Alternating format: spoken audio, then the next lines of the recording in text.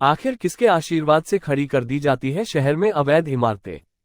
अधिकारी और जनप्रतिनिधि भी बराबर के दोषी। सीबीडी बेलापुर के शाहबाज गांव में एक 3 मंजिली इमारत के अचानक गिर जाने तथा उसमें 3 लोगों की मौत हो जाने के बाद एक बार फिर नवी मुंबई में बन चुकी या बनाई जा रही अवैध इमारतों को लेकर कई तरह के सवाल उठाए जाने लगे हैं।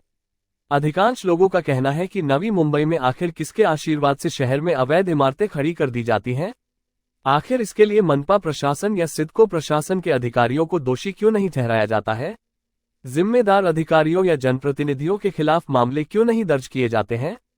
पता हो कि शाहबाज में जो इमारत गिरी वह मात्र 13 साल पुरानी बताई गई है। दुर्घटना होने के बाद नवी मुंबई महानगर पालिका ने इस इमारत का निर्माण करने वाले डेवलपर्स तथा भूखंड के मालिक के खिलाफ मामला दर्ज किया गया है। सवाल उठता है कि इस अवैध इमारत के निर्माण में क्या संबंधित प्रशासन के अधिकारी और स्थानीय जनप्रतिनिधि जिम्मेदार नहीं है? तत्कालीन अधिकारी और स्थानीय नगरसेवक को भी ऐसे मामलों में दोषी माना जाना चाहिए।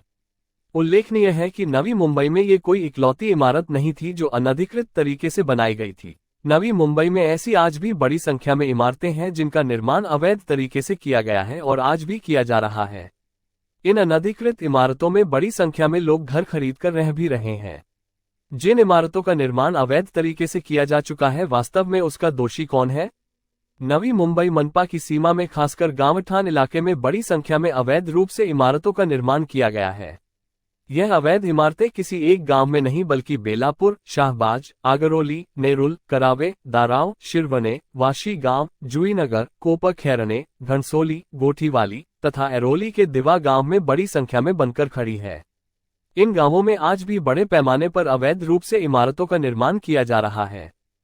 इन अवैध इमारतों के बारे में शिकायत मिलने के बाद कई बार सिडको प्रशासन या नवी मुंबई मनपा प्रशासन संबंधित व्यक्ति को नोटिस देकर बन रही अवैध इमारत पर कार्रवाई भी करता है, लेकिन दोनों प्रशासन द्वारा की जाने वाली कार्रवाई को लेकर हमेशा सवाल उठते रहे हैं। कहा जाता है जब किसी अवैध इमारतों के संबंध में शिकायत की जाती है तो उस पर मात्र दिखावे के लिए कार्रवाई करने का दिखावा किया जाता है, उस इमारत को पूरी तरह से जमींदोज नहीं किया जाता है, जिसकी वजह से कुछ दिनों के भीतर वो इमारत फिर से बनकर तैयार हो जाती है।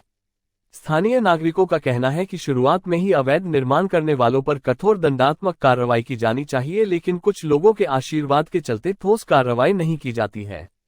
इन अवैध इमारतों में पानी और बिजली के कनेक्शन भी बड़ी आसानी से उपलब्ध हो जाते हैं। देखते ही देखते अवैध इमारतें गुलजार हो जाती है और कार्रवाई मात्र कागजों तक ही सिमट कर रह जाती है। अवैध रूप से बनाई गई इन इमारतों की उम्र लंबी होती है। मात्र 10-15 सालों में यह इमारतें पूरी तरह से जर्जर हो जाती है। इमारतों के जल्दी जर्जर होने की मात्र एक कारण होता है कि इन इमारतों में बनाए गए घरों को भवन निर्माता को कम दामों में बेचना होता है और बेहद कम समय में इमारतों का निर्माण पूरा करना होता है। कभी कभी इस तरह की अवैध इमारतें 6 महीने के भीतर बनकर तैयार हो जाती है और इसमें बने फ्लैट्स भी बिक जाते हैं। घर सस्ते मिलने के चक्कर में न तो खरीदार न तो क्वालिटी के बारे में पता करता है और न ही उसमें लगाए गए सामान के बारे में।